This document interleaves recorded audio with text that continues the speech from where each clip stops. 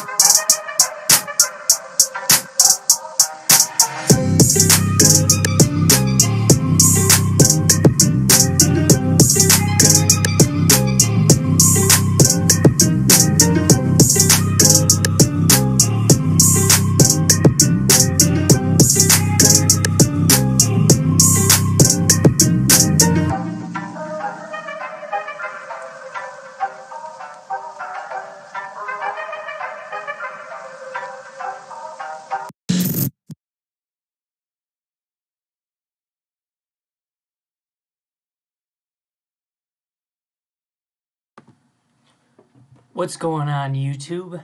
Welcome to KO Bets. My name is Bill. Tonight we're going through a pick and prediction show. We got UFC Fight Night, Makachev versus Green tomorrow evening. We got 11 fights. One got canceled. But it's overall a pretty interesting card. I had a lot of fun going through all the fighters, doing my research. Yeah, so I'll give my picks. I'll tell you what I think the result's going to be.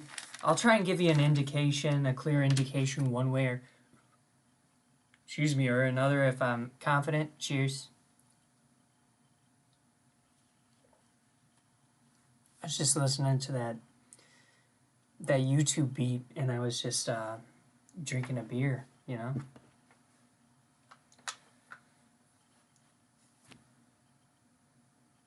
Okay, before we get started, if you wouldn't mind, please subscribe to the channel. I added this up here. We're doing an NFT giveaway. I have several UFC strike moments. I didn't talk about this or tweet about it for a little while, but I think I'm reaching a resolution with Dapper Labs, so I think I'm gonna probably have my account that I accidentally made and my real account merged together, consolidated into one. So it's going to take a couple weeks to do, but you know, I think that it's realistically like we've got plenty of time. You know, we're growing the channel one person at a time, but we're only at 25 subscribers, and I want to do it when we get to 100. So Probably a couple more weeks ahead of us. So yeah, if you wouldn't mind subscribe to the channel, go ahead. If you stop into the show or if you want to comment on the videos after, I love reading through those, interacting with you live. And we do this live format show every week. So without further ado, let's get into it. We've got UFC Fight Night, Makachev versus Green. Let's start with the prelims here. First fight of the night is Victor Ultimorano taking on Carlos Hernandez. Victor is 10-1 in his professional career. He's making his UFC debut. Carlos Hernandez, 7-1 in his professional career. He's making his UFC debut. Overall, stylistically, we've got Carlos on the right-hand side here. Definitely more of the grappler. Victor, more of the striker. We're going to give him the striking advantage in this bout. As far as output, both fighters are pretty decent. You just got Victor Ultimorano ultimately just being a little more accurate. Victor is the underdog at plus 125. Carlos Hernandez minus 145. I think what's going to end up happening in this fight is Carlos Hernandez, if he's not able to get an early submission in this fight, I kind of like Victor Ultimorano to kind of piece him up on the feet, use that boxing game. If we go into the odds here and the winning, I just like to look and see if they, the odds makers and, the people who are crunching numbers, if they like this thing to go the distance, they do a decision. So can Victor stave off a few takedowns? I think he's going to be capable of saving those off. So we're going to go with the underdog, Victor, in this fight. I like him a lot. I was looking at the weigh-ins. Honestly, he looks a little bit bigger at the weigh-ins. I will give Carlos Hernandez the cardio advantage. I know I just said, I like kind of Victor to win a decision, but I just don't see him taking the L in a decision as a striker. I think his boxing's good. I think the judges like that. He's 5-0 in decisions, whereas Carlos Hernandez is 0-1 in decisions. 3-1 in decisions in his career. I guess I'm looking for Victor to piece him up a little bit on the feet. Victor's one loss was a submission loss, and Carlos's was a decision. Maybe a little bit of value on that the fight does not go the distance. Like if we're looking at winning methods. So they say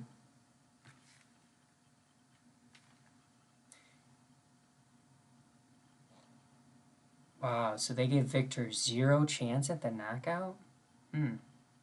Interesting. Just maybe because Hernandez has never been knocked out? I'm just confused why, for Victor, he does have 4 submission wins. So is Carlos Hernandez just going to ultimately be the better grappler in this match? Maybe. I don't know. I think it's a pretty good matchup, though. So I'm going to go with the underdog, Victor. Probably not going to bet on this one, though, if I'm being honest. Maybe...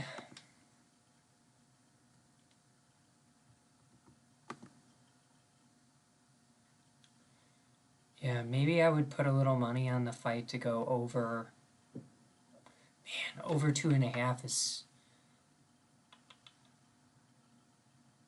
still kind of...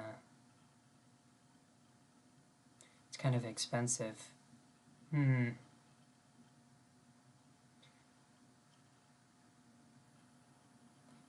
could do moneyline decision only. So I think you get your money back if it does if it does end in a inside the distance. I mean, that's interesting, maybe. I don't know. I'm probably going to stay away from this one. I think that's a smart idea. Next fight, we've got Ramis Brahimach taking on Michael Gilmore. So Ramis is a heavy favorite, 9-4 professionally. He's minus 410. He's 1-2 in the UFC. All 9 of his wins have come via submission. He's 0-3 in decisions. He's lost once via KO. Michael Gilmore, he's heavy underdog, 6-4 professionally, plus 310. 0-1 in the UFC. Does have 3 KO wins, 3 decision wins. So the longer this fight goes, I mean, if Ramis isn't able to get his takedowns on a consistent basis, like, I mean, it could be a long night for him. I do think he's going to get those takedowns rather easily in this fight, but, like, I think a safe bet here is probably that the fight is not going to go the distance. I don't love the idea of taking Ramis minus 410 on this. I mean, assuming, like, the fight plays out how you want it or would plan for it to play out. So Ramis is minus 380. Okay, that's better. But still. Yeah, Ramis submission minus 120. And then Gilmore KO plus 800. So you could do, like, I do think the fight's going to end inside the distance. You could, like, hedge a bet, like a Gilmore KO. You could hedge out a submission, or if we look at fight props, yeah, fight doesn't go the distance. So, I mean, you got to do the math, like, figure it out. So if you're going to put 50 on Ramis to win via submission, you kind of got to...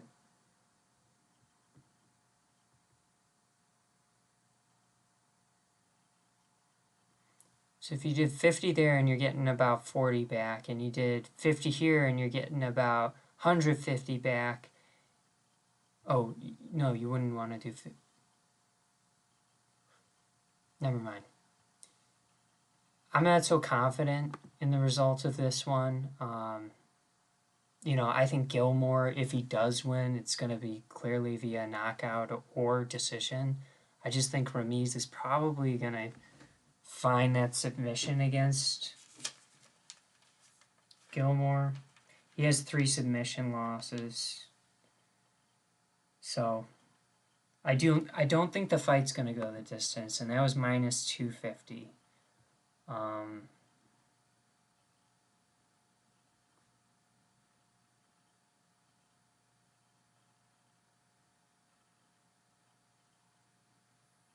Yeah.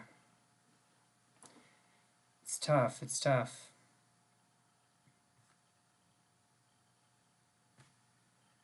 I like that minus 250 bet, I think. Like, it's something like I'm pretty confident that'll happen.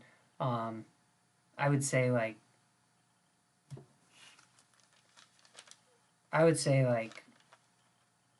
8 times out of 10 probably this fight's ending inside the distance. It's just a unique set of skill sets, you know, opposing skill sets coming together, and if Gilmore isn't able to defend those takedowns, like, I just don't see him winning. I see Ramis putting it away early. Like, maybe we could do like under, maybe that's a better bet. Yeah, under 2.5 rounds, minus 175. U 2.5 minus 175. I kind of like that. And that's better than Ramis's minus 410. Obviously, if you like Michael Gilmore, you can bet that plus 310 and have fun with the results all you want. But I kind of like that under 2.5 rounds, minus 175.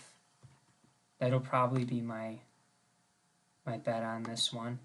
Next fight, we've got Alejandro Perez. He's taking on Jonathan Martinez. Alejandro Perez is the underdog. He is 22-8 in the UFC with 1 draw, plus 220 odds. He's on a 1-fight winning streak. Jonathan Martinez, he is the favorite, 14-4 in his professional career, minus 275. So stylistically, like, I think this fight is gonna definitely play out on its feet. I don't think we really have to be too concerned about either fighter shooting for the takedowns in this match. Perez is definitely more of the power striker in this match, power puncher. Definitely looking to, you know, knock your head off. Jonathan Martinez, maybe more of like definitely more, his game's more geared to hold up, I think, in a decision, if it comes to that. Far more accurate with his strikes. Output's pretty even. You're basically just hoping that I mean, I like Jonathan Martinez a lot in this fight. You're basically just, and he's minus 270. Yeah, that's what I said, minus 275. You're basically just looking for him to stay out on the outside in this matchup.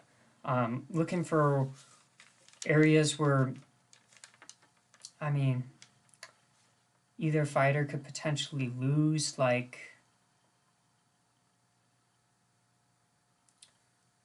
I really don't see it happening.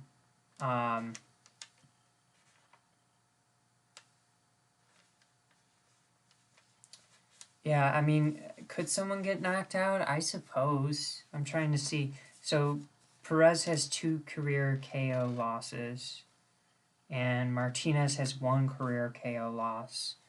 But I kind of like this one to go the distance. I wonder what the odds makers say. Yeah, they say it is going to go the distance. Yeah, I mean, you could do, if you like Martinez, KO decision is minus 220, or sorry, 250. And then Martinez just to win the decision is plus 120. I mean, I kind of like both of those lines. You know, I do think this fight is gonna definitely, I think it's gonna reach the 3rd round. I think, I mean, and then if we're doing that over-under game with the 2.5, I mean, I would go with over in all likelihood. I found, just a side note, I found an insane bet tonight. It was, what was it? It was, Tyler Hero.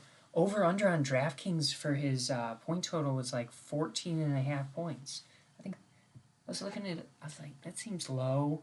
Then I was looking it up. He's got like, he averages like 20 on the season, over 17 his last 5 games, and I think he ended up having 15 at halftime, which was, I mean, that was really dope. I love when that happens.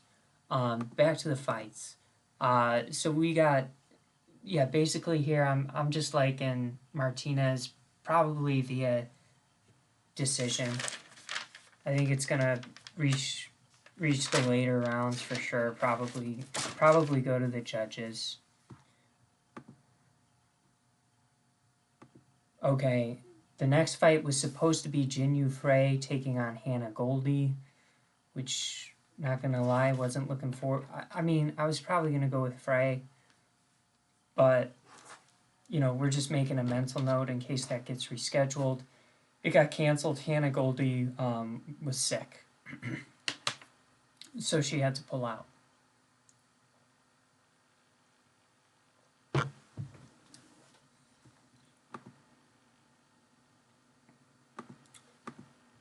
For the next fight, we've got Terence McKinney taking on Fares Ziem. Terrence is the underdog, slight underdog at plus 100, 11-3 professionally. Ferris is minus 20, 12-3 professionally. Ziem is going to be probably the more technical fighter in this. He's 2-1 in the UFC. I mean, I don't know. This is an interesting fight. McKinney's 1-0 in the UFC. Yeah, they're both very proficient finishers. But like that being said, I don't feel. I don't know if I feel like great about predicting that this one's gonna not go the distance. So Terence McKinney, he's got 5 KOs, 6 submission wins. So all of his wins have come inside the distance. His 3 losses have come inside the distance. So if this fight does go the full 3 rounds, this will be the first time in his career that happens. I would describe him like, I mean, his debut ended so quick. Gosh, I mean, he seems like he's got good stand-up, crazy story behind him. He's had 1 fight that reached the 3rd round. He did win it via an armbar.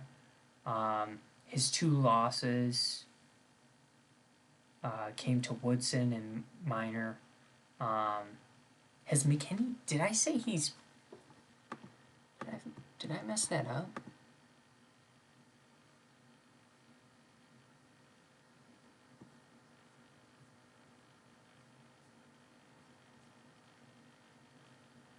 Yeah, okay, so he's only...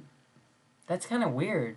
So he's also fought in his professional career, if he's 1-0 in the UFC, he's fought Sean Woodson. He lost to a flying knee to him. And then he fought Derek Minor, and he lost to, I think, a rear naked choke to him. So those are 2, like, super nice prospects we've seen him go up against early in his career. I think Ziem's going to be more technical. He's going to have the higher output in all likeliness. Like, this doesn't give you any indication of what happened. He just, like, knocked out a dude in the first, beginning portions of the fight. So, I think Ziem probably is going to have the grappling advantage. But I think this is going to be fought standing up. I mean, let's look at what the odds makers think. Like, I'm sure they're going to say this fight doesn't go the distance. Yeah, minus 225. And, like, I kind of agree. But I also kind of don't.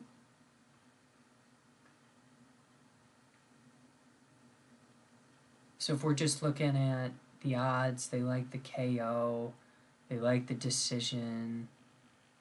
I mean, I guess Ziem's more... maybe his game's more geared towards the decision result. I guess McKinney, I'm thinking he's more going to threaten for a finish.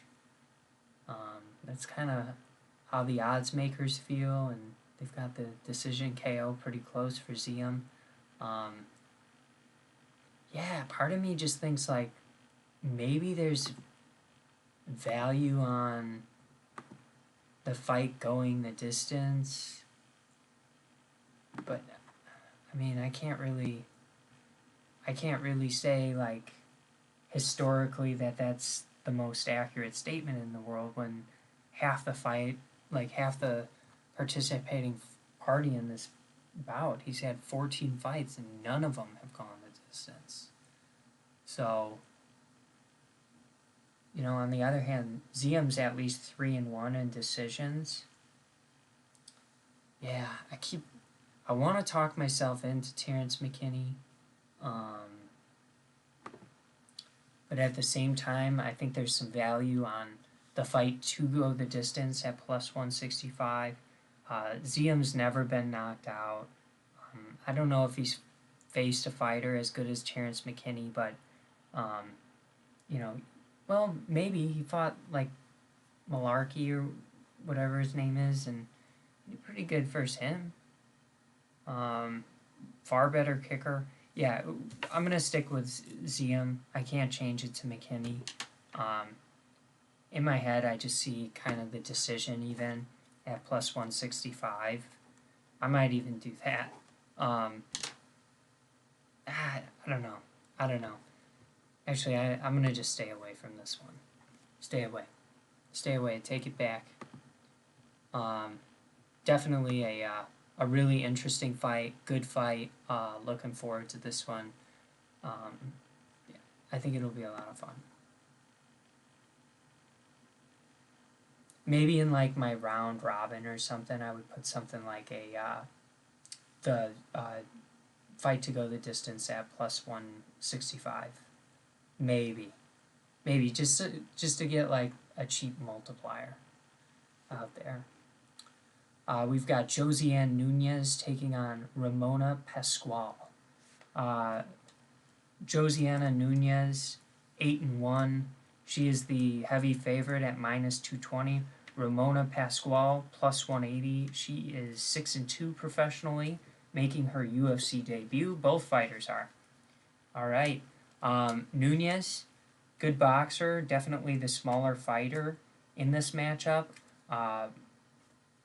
You know, she has a high KO rate, I believe, all except for, so she's 1-1 in decisions.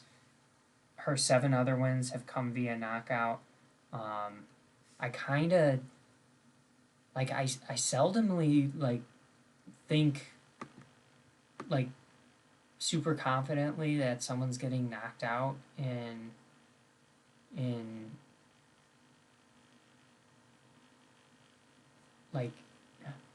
I don't know. I feel like I like this one to end inside the distance. Ramona Pascual, no joke, striking in her own right. She's got 4 KOs. She's Muay Thai. She's a finisher in her own right, so I kind of like this fight to end inside the distance. If we're looking at the odds here, the odds makers like that prediction as well. If we're choosing method of victory, I think Ramona's path to victory is probably the decision, ground control, something like that. I think Josie Ann Nunez just needs to come out and, she's just going to come out there and try and knock her head off.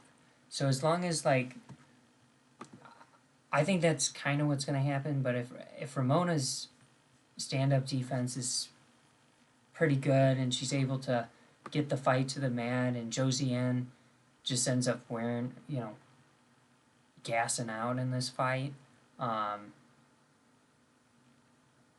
mean, there's probably an opportunity to live bet on Ramona Pascual in this.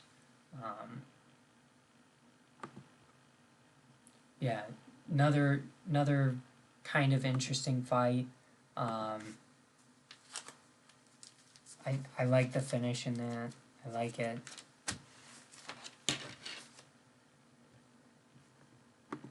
Moving on to the next fight here, we've got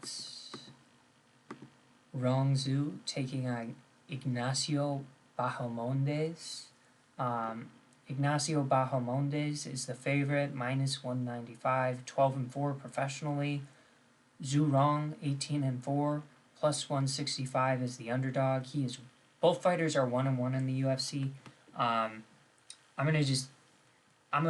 kind of a fan of Ignacio Bajo Mondes. I think he's an interesting fighter. Coming out of Chile, I think he's, they're both good strikers. I think, again, we've got a stand-up matchup here.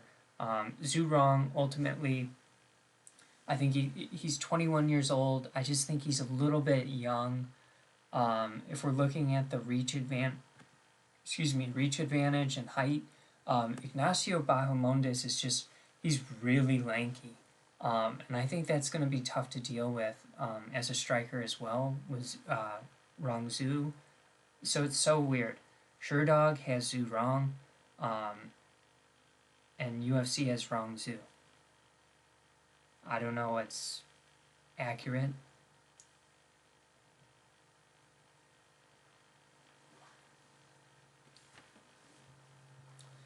But Rongzhu has pink hair.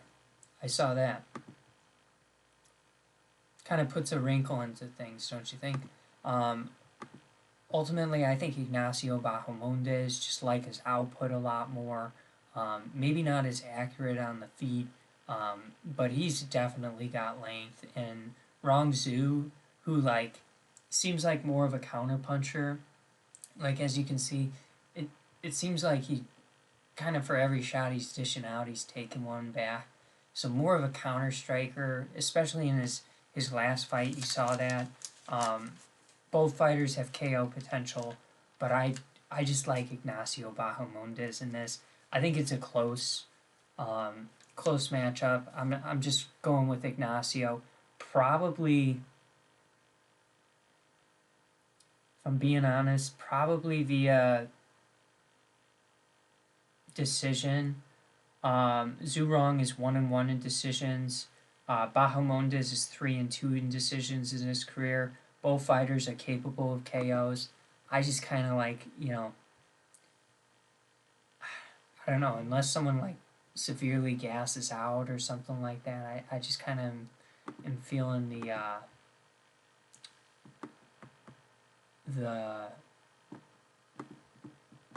decision. Let's see what the odds makers like. Slightly favor towards going the distance. If we're looking at the odds, Zhu Rong plus 350, Ignacio Bajo Mondes plus 165, and then the knockout's not far behind. So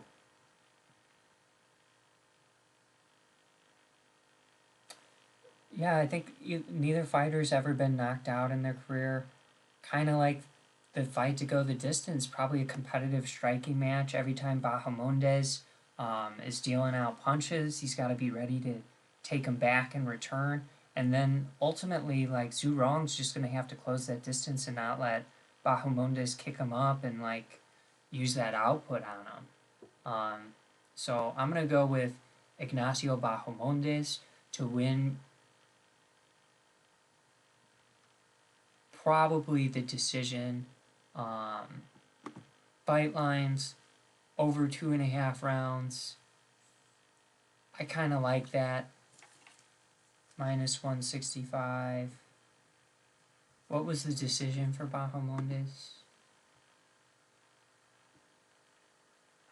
Plus 165 decision. Probably feel comfortable taking Bajo Mondes minus 195, but just some other ideas.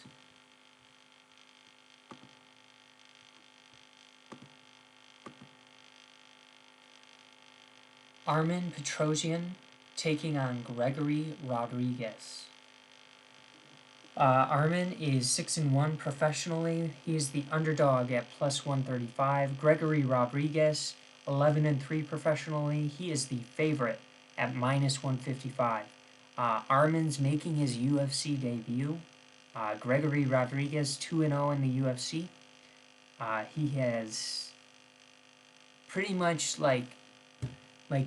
he's pushing the limits as far as his frame in this weight class. He is a strong dude, and his striking is good. He is going up against a very good Muay Thai artist in Armin, but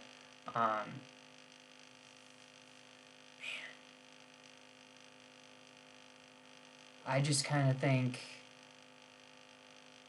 Gregory Rodriguez is going to be a little bit too much to deal with in this fight for Armin. I do think there's most likely a finish in this fight. I'm not so sure, like, just gas tank wise, like, if I love the idea of betting on Gregory when it reaches, like, the third round. But I definitely like him. Let's see. Oh, here we go.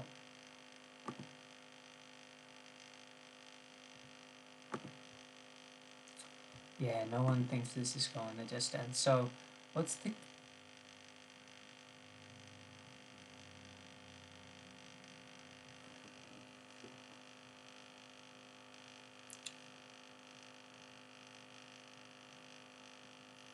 Okay, so, I mean, that's interesting. Like, they like the Gregory Rodriguez finish for sure. If we're looking at the, it'll be interesting, yeah, like, is Armin gonna have any sort of, like, submission defense in this fight? Like, is the submission in play? Is that where we should be looking instead of this knockout at minus 190? If Gregory Rodriguez is going to come out and end this thing early, you know, maybe it's that submission plus 300, Gregory Rodriguez, KO submission, you've got plus 100 for double chance. Oh, I keep forgetting about the freaking fight parlays. You guys, so, like, this is... Okay, I'll definitely post my picks and stuff on Twitter, but, like, there is some crazy value in this. Like, okay, like, if I think Gregory Rodriguez is gonna win, and he's gonna win early, I could, like, find something in here. Like, you know, you can find some value in here on these different plays. So I don't know. It's just kind of interesting and a lot of fun. I forgot about those. Wow, they set the over/under at 1.5 rounds.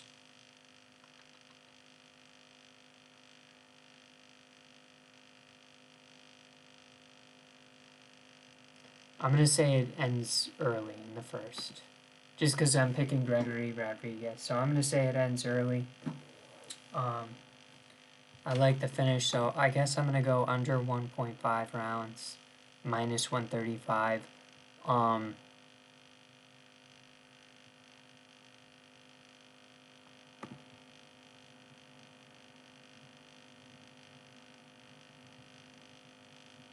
To start round 2 is minus 150. That's kind of crazy. Winning round, man.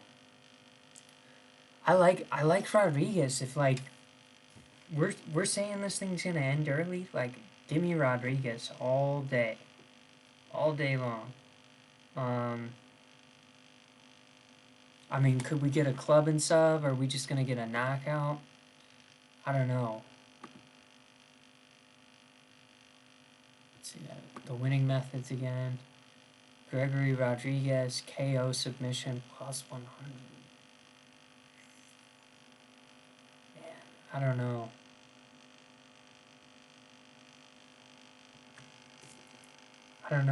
That under minus 135 is looking... Let's see the fight parlays. Like, this is maybe a good one for me to be looking at the fight parlays. Like,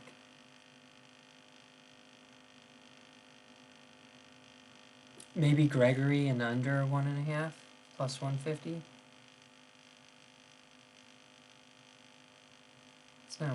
That's not bad. Going with Gregory Rodriguez on the money line. In the next bout, we've got Armin Saryukin taking on Joel Alvarez. Alvarez is 19-2 professionally, plus 180 odds as the underdog. Almost missed weight, weighed in at 156.5. Took off his underwear. Weighed 156 right on the dot. So there's some heavy underpants. I mean, maybe underwear is, like, a whole half a pound. It just doesn't feel like it, you know? Mine doesn't, at least. Armin Saryukin, minus 220. He is the favorite, minus 220, 17-2 professionally. He's 4-1 in the UFC. I mean, this guy's a no joke. His only loss in the UFC is to Islam. And he basically in that fight just got kind of pieced up on the feet. He was actually like wrestling with Islam, which is crazy. Like matching his wrestling. I mean, he wasn't beating him, you know, but he was like nullifying Islam's wrestling. So, output's good on the feet as far as striking. Joel Alvarez definitely is a big fighter, as I alluded to. Not his underpants, but like just a bigger dude, heavier. He's going to be the taller fighter with some length, reach. 77 to 72.5. I don't think it's a big deal for Armin. I think Armin's going to come in this thing, dominate it from start to finish. I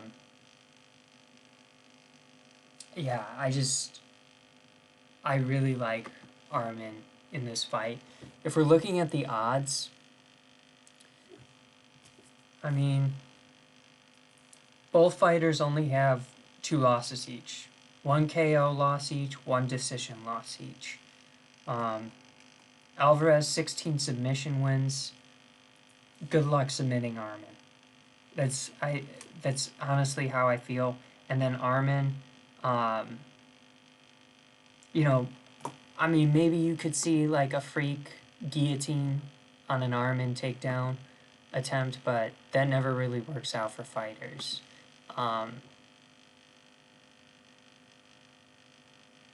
So they like the Armin KO.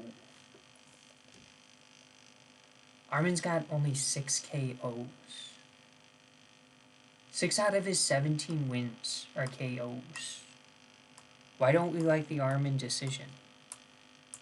Plus 750? I mean, you could still dominate a fight, right?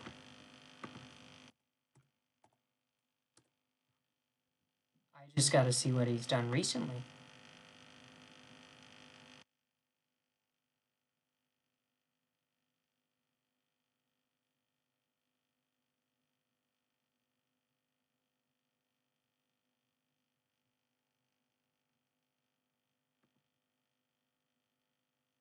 This guy's a big jiu-jitsu guy. Like, maybe we just see something like that. Armin take the decision? Plus 750? Are you kidding me?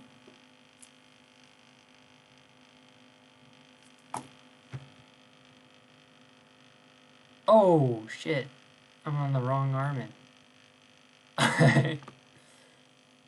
It's pretty funny.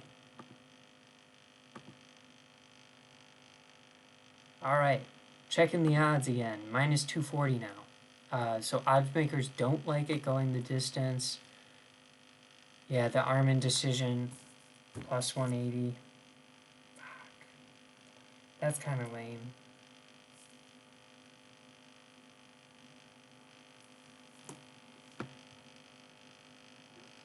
That's a bummer.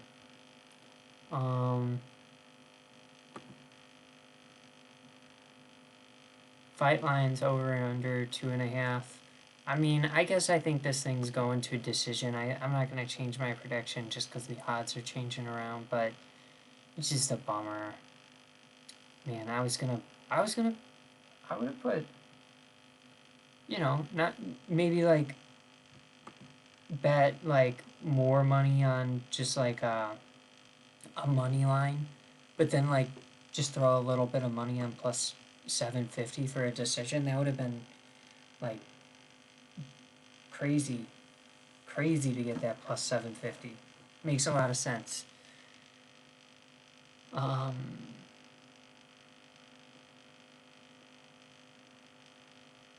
Yeah, I think this fight's gonna just like be Armin taking him down, ground and pound, Alvarez avoiding, getting knocked out. Yeah, give me Armin, give me him via decision, plus 180. We'll go over 2.5 rounds. I do like the fight to go the distance, yes, plus 110. Yeah, I mean, and then if we're looking at fight parlays,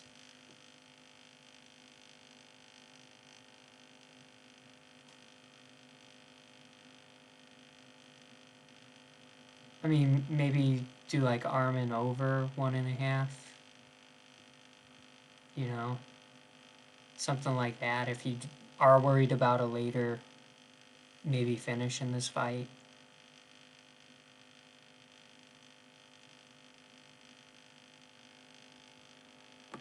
Yeah.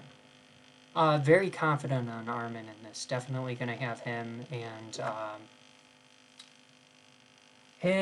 probably, well, I can go over it at the end, but for sure him and probably realistically, like, Islam's going to be in some capacity. He's going to be in some parlays, you know.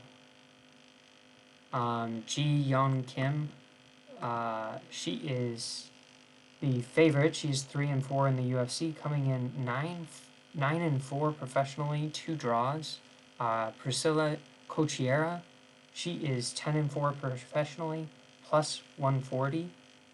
I mean, Priscilla is just like takes a lot of damage, and she's going up against a boxer with pretty good output. And I know, like, she's just gonna push the, pressure forward, and like it's a matter of G staying alive at the very end. If we're looking at her career, she's got 2 KO wins. All of her losses are decisions. Kim's are.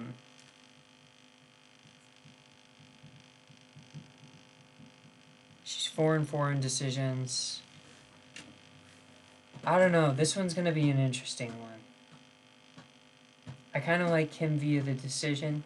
She's minus 160 on the money line. I kind of like Kim via decision. We're just like basically seeing her.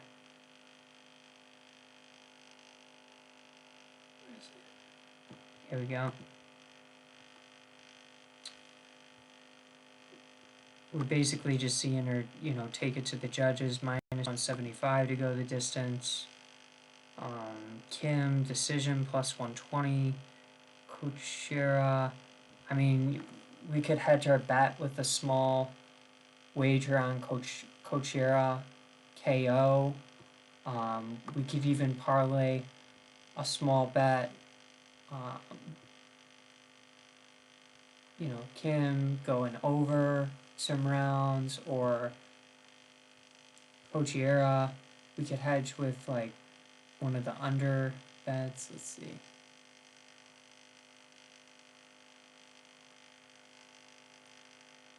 Yeah, they don't have under 2.5.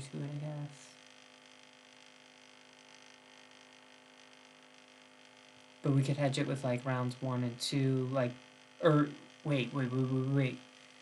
Stylistically, like, though, that doesn't make a lot of sense.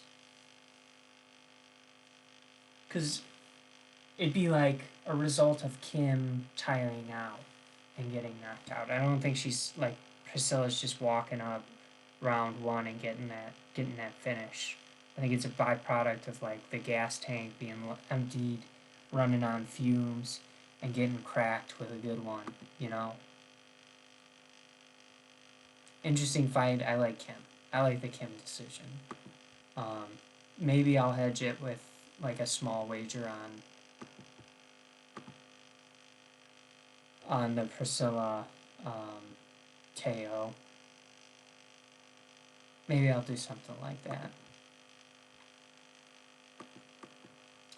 Next fight, this one's a tough one for me to pick. Misha Serkinov taking on Wellington Thurman.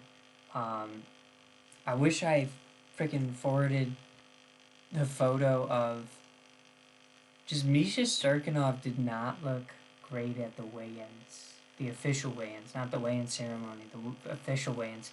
He's 15-7 professionally. He's minus 120 odds. 6-5 in the UFC. He's on a 2-fight losing streak. Wellington Thurman, he is 17-5 in the UFC, or sorry, 17-5 professionally, 2-3 in the UFC. Slight underdog at plus 100. I mean, I've got to be honest, like, I don't know what we're going to see in this. Misha Serkinov he's a takedown machine. Like, I bet on him in his last fight against Prochka, or whoever his name is. This is his second fight at 185. It used to be at 205. In his first fight, he was 5 of 17 on his takedown attempts. And, like, he pretty much had identical strike output to Prochka. I think ultimately, like, it looks bad when your takedowns get stuffed. And I don't think he can, like, drift away from that. And then he's going up against Thurman, who's, like, in his own weird way, you know, also having, like, similar issues in his fights, where he's, like, 2 for 9 on takedowns and 2 for 10 on takedowns, and then he's losing the output battle. So it's, like, it's definitely a weird matchup, I feel like. I'm inclined to go with Wellington Thurman just because, like, Misha, I just think he's, like, if he's not, you know, rag down Prochka and holding him down, like, how is he gonna, I don't know, how's he gonna deal with Thurman? And, like, I don't know, it's just it's an interesting fight. Thurman's gonna have good kicks.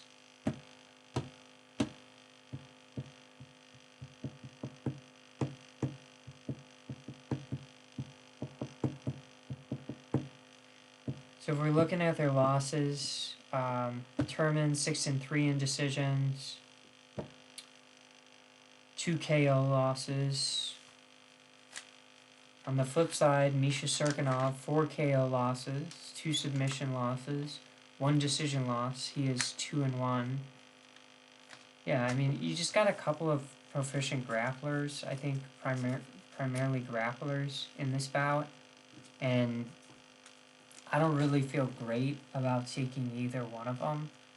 I'm trying to decide who I think is going to have the striking advantage, and, like, even that just feels, like, impossible to do.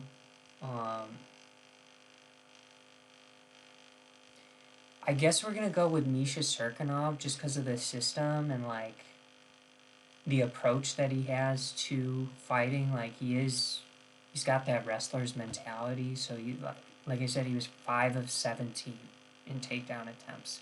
So even if Thurman's, I guess, getting back up, like, I mean, Serkinov's going to continue to push for those. And then, like, is Thurman going to be able to fend him off the whole time? Does he eventually get taken down? Like, I don't know. I don't know about this fight. I just think it's kind of... I think it kind of spells out, like, just like a control game decision. And that's always, like, a not fun fight to watch.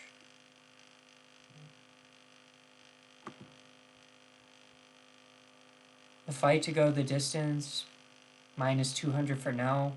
So maybe some value on that. If we're looking at the winning methods, Misha Serkinov, they like the submission. I mean, Wellington Thurman has 0 submission losses in his career. He's Brazilian Jiu-Jitsu, 7 submission wins. Like, if we just think Serkinov's just going to maul him, tire him out, and, like basically, like, what would it even be? Like, what's, like, just Habib him or Islam Makhachev him? And, like, I just don't see it happening. He's cutting more weight now. He's the older fighter. He definitely gassed out in his last fight. I mean, he kept going for those takedowns, but he was gassed out in that fight. Yeah. I just think...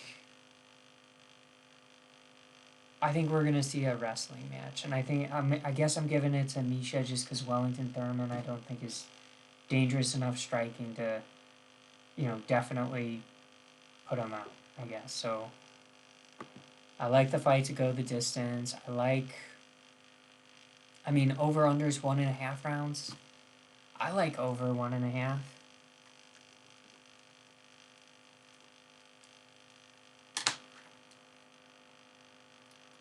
I mean, unless Thurman's defense or Misha's defense is just that poor on the feet where they just get cracked with something early, like, I feel like both of these guys are going to project shots pretty poorly.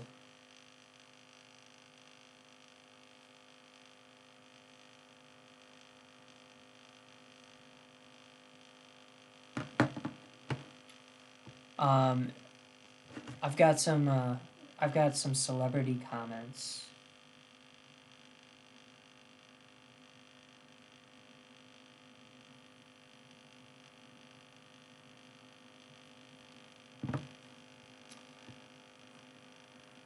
I don't know. Yeah, I guess I'm going with Misha. It's just my buddy. We're texting about Misha, actually, Serkinov. Just trying to decide. He says Joko is a wrestler, high paced, like him, split decision. All true.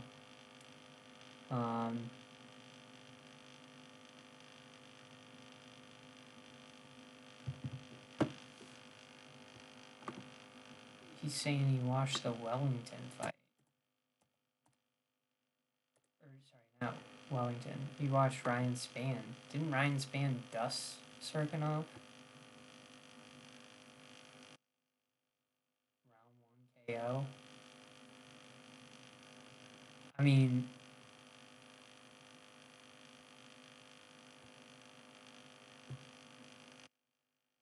"34 years old." Oh, I'll be 35 actually on Sunday. Happy birthday.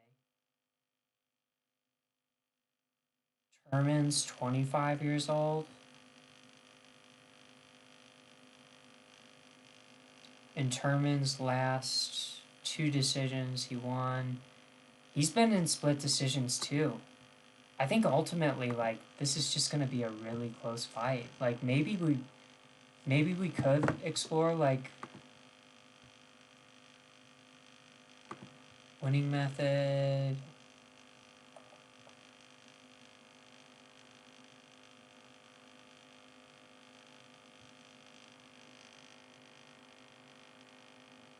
Like, maybe I'll entertain, like, what would that be? Is that a fight prop? Fight to be won by split or majority decision plus 70 plus 750.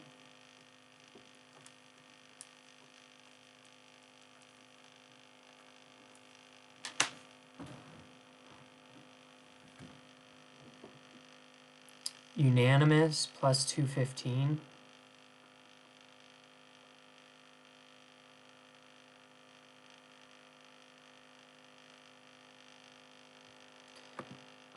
Definitely an interesting fight. I don't know what's going to happen, you know? I guess I'm going with the fact, like, I think Misha Serkinov's going to wrestle better. Islam Makhachev taking on Bobby Green. Bobby Green, 29-12 professionally. Big time underdog, plus 600. Islam Makhachev, 21-1. Islam, 11-1 in the UFC, 9-fight win streak. Number 4 ranked right now in the division. I mean, at this point, yeah, I definitely kind of just hope he gets his title shot. I hope it's against... I mean, I think both Gaethje, Oliveira... Gaethje and Chandler fought recently. I was hoping, like, Chandler was going to be the guy to step up and take this fight, but he probably does. He should take a little bit of time off. He was in... KO'd Hooker, lost the belt via KO to Oliveira, and then lost to Gaethje in a battle, so he probably should just take a little bit of time off, get his chicken right, get his mind right, and then, you know, he can come back and fight. I mean, it's understandable. So I don't think Islam was gonna punch him too hard, but you know what? They would have tested each other on the feet probably.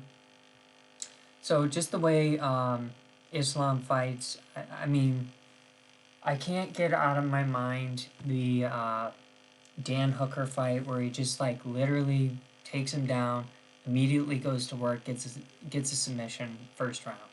Like,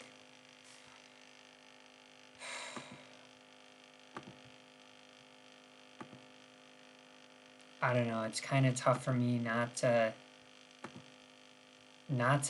like think that's gonna happen, and that's no disrespect to Bobby Green. It's just like Islam's wrestling is so insane. If we're looking at the fight props, like fight to go the distance minus 360, no. Lock. Islam submission minus 110. We could parlay that with a Bobby Green KO. You don't have to lay that much money even to get your bet back on Bobby Green for a KO. Fight lines over under 2.5. I'm gonna go under 2.5. Minus 115. As far as the fight parlays, Islam submission round 1. I mean, I like the sub. I mean, I do like the sub. Minus 110 for the sub. R1 sub plus 300.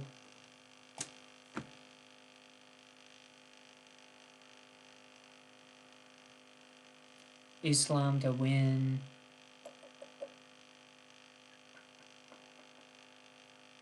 Oh, here's the unders. Islam to win and under 2.5 minus 135.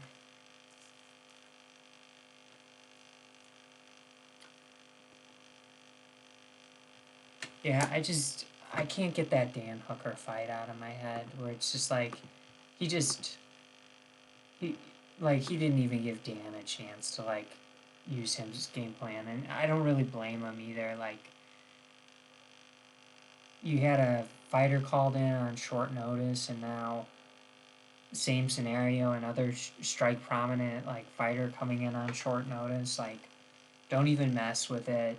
Just stay healthy, keep drilling home the fact you deserve a title shot. Islam submission probably round 1. But I think as far as like, I mean, when you're picking the rounds, like, that's always risky. I think the submission minus 110, Islam, that fight parlay, Islam under 2.5 minus 135, like something like that's reasonable to feel pretty confident in my opinion. Like Bobby Green, can't wait for the walkout, for him to walk in there. I think he's a really entertaining fighter. The way he was talking about Islam in the media and his fight style. I mean, I hear him.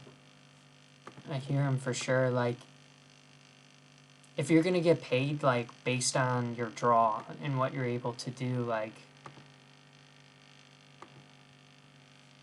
I don't know, there's other fighters that get main events and aren't fighting for belts or defending belts, and it's not just Conor anymore. You know, obviously Islam's got it here, but like pay-per-views I'm talking about. So, I mean, it's not like Bobby Green's getting pay-per-views either, but he definitely fits more of that mold, I would say, like, of being super entertaining. I think Islam's pretty funny though. I just wanted to pull up some of the trending topics on Twitter. Oh, James Harden making his debut for the Sixers tonight. That is, I mean, what do we think? Is like,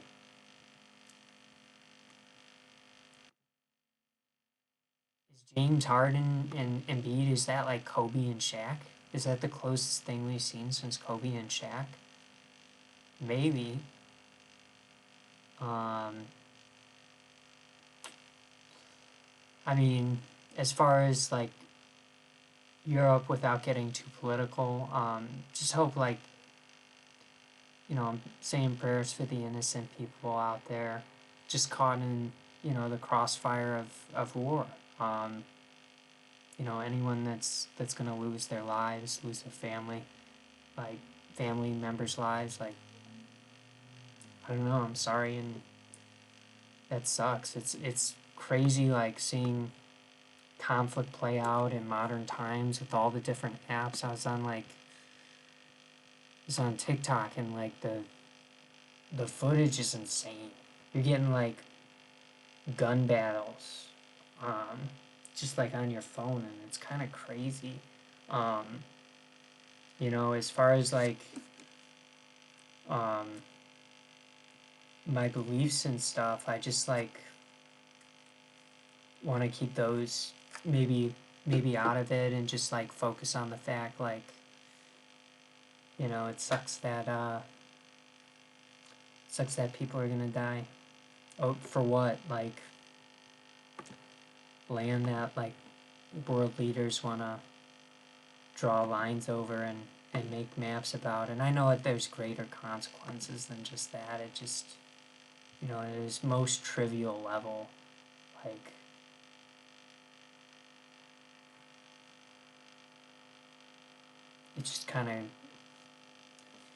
it's just kind of crazy.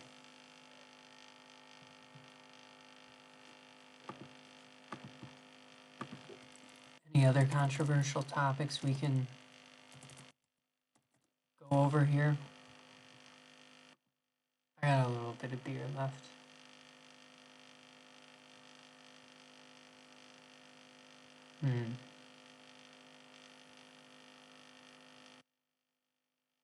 I did play some bets. Let's see NBA scores.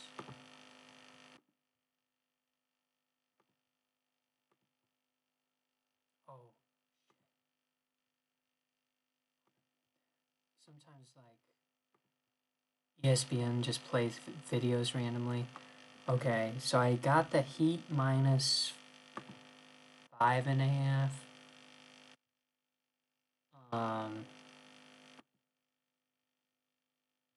I think I took this.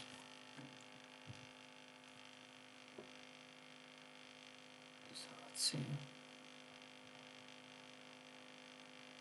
I think I took this. So that's kind of crazy. I thought the Spurs. The Spurs were one of the teams I kind of liked a lot. Let's see.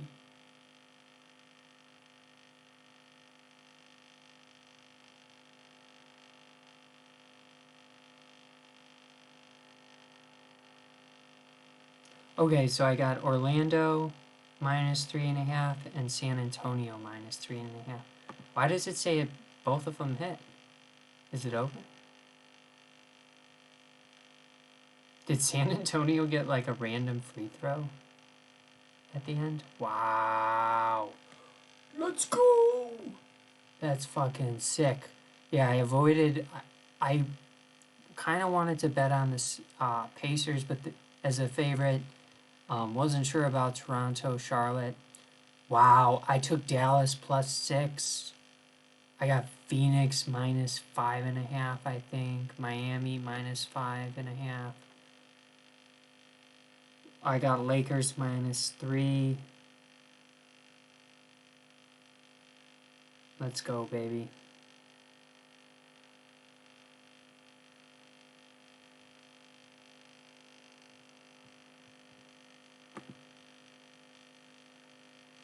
Oh, damn.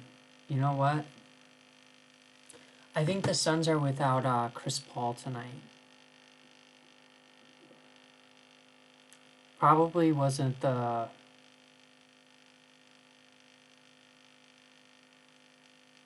the best move. Betting on them, actually. Kind of regret that. I might, holy cow. So Brandon Ingram and CJ McCollum have scored 27.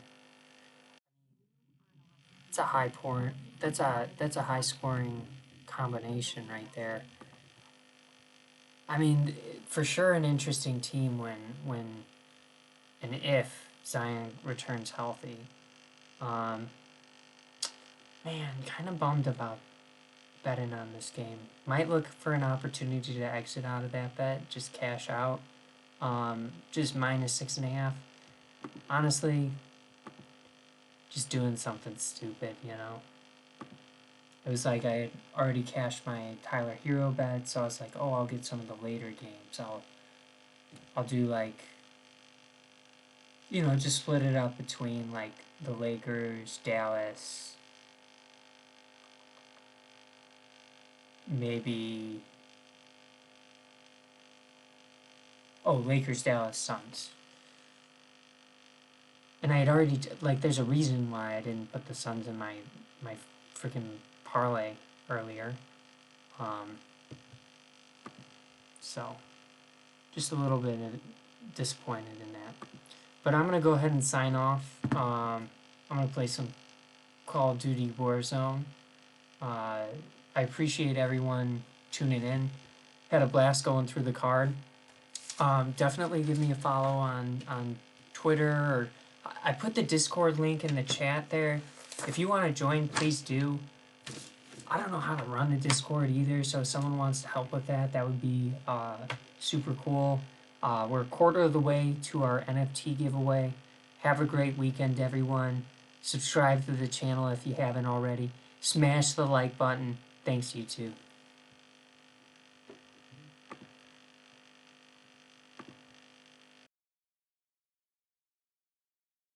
Monkey.